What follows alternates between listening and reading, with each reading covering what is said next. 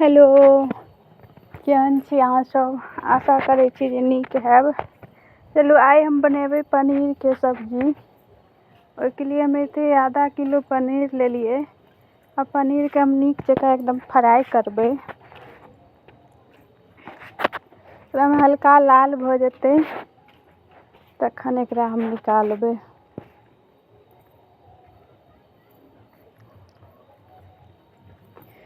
कनी एक हाथसँ काज करै छी, एक हाथमे मोबाइल छै, तेँ कनी कैमरा बेसी डोलैत हैत, देखैमे अजीब लागैत हैत।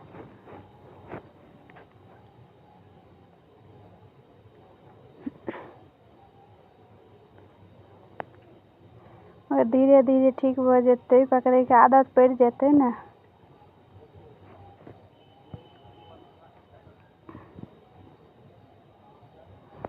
चलू अब भऽ गेलै नीक जकाँ फ्राई, एकरा हम निकालि लेबै।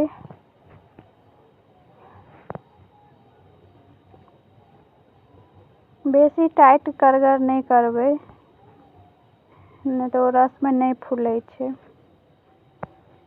कोनो कढ़ाई पनीर या मटर पनीर नहीं बनबै छी, सीधे पनीरके सब्जी बनबै छी सिंपल तरीकासँ। कोनो विशेष मसाला, घरेलू जे मसाला छै वएह मसाला सब देबै। भऽ गेलै सबटा हम फ्राई कऽ के निकालि लेलहुँ। आब हम फोरन देबै। तऽ कढ़ाईमे तेल बचल छलै, वएह तेलमे हम जीरा देलिए, एकटा तेजपात देबै, और एतऽ खड़ा मसाला है तऽ अहाँ सब खड़ो मसाला दऽ सकै छियै, मगर हम खड़ा मसाला नहीं देबै, सीधे जीरा तेजपात देबै।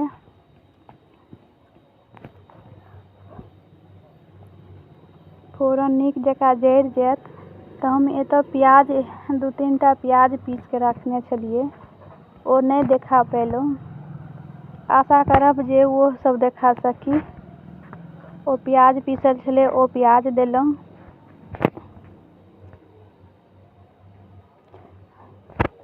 दूटा टमाटर सेहो पीसने छलहुँ, ओ टमाटरो पेस्ट देबै। एकरा दुनूके कनी नीक जकाँ भूजि लेबै जे प्याजके कच्चापन दूर भऽ जेतै। लहसुन तहसुन अदरक सब नहीं देलहुँ, सीधे प्याज टमाटर पीस के देलहुँ। ओहिमे आधा चम्मच धनी बुकनी देबै, 1 चम्मच लगभग हरैद बुकनी देबै।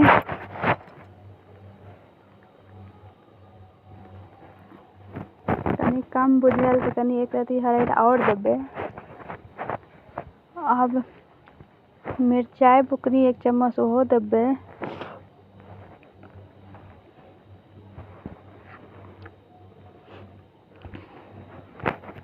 तो काश्मीरी लाल मिर्च छलै, स्वाद अनुसार नमक देबै।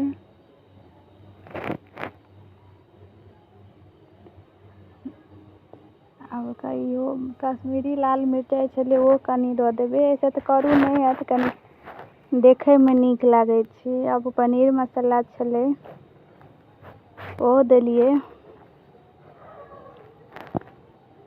आब एहिसँ ज़्यादा कोनो मसाला नहीं देबै, किछु नहीं देबै, एतबे पर हम बनाएब। अहूँ सब एना बना कऽ देखबै।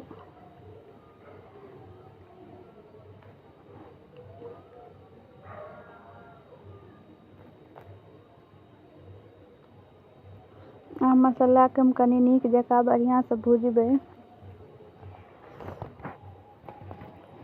देखियौ लगभग हमर मसाला भुजा के तैयार भऽ गेल।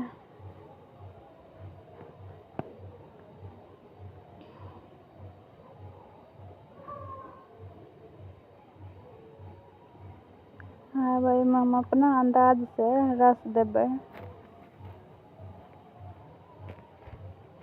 जते पनीर रहत ओहि अंदाजसँ अपन रस दऽ सकै छी। ज़्यादा पतला नहीं होइके चाही, नहीं तऽ ओ कनी पानि टिटोर सनके लागत।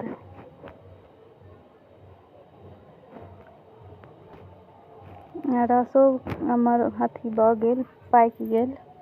ओहिमे आब हम रसमे पनीर सेहो दऽ देबै।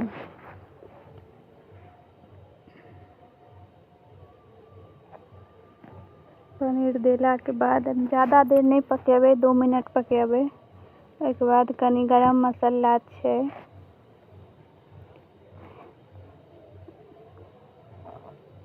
ओहो गरमो मसाला कनी छीट देबै। धनी पात नहीं है न तो धनियो के पात दऽ सकै छी। अहाँ सबके केहन वीडियो लागल से जरूर करब।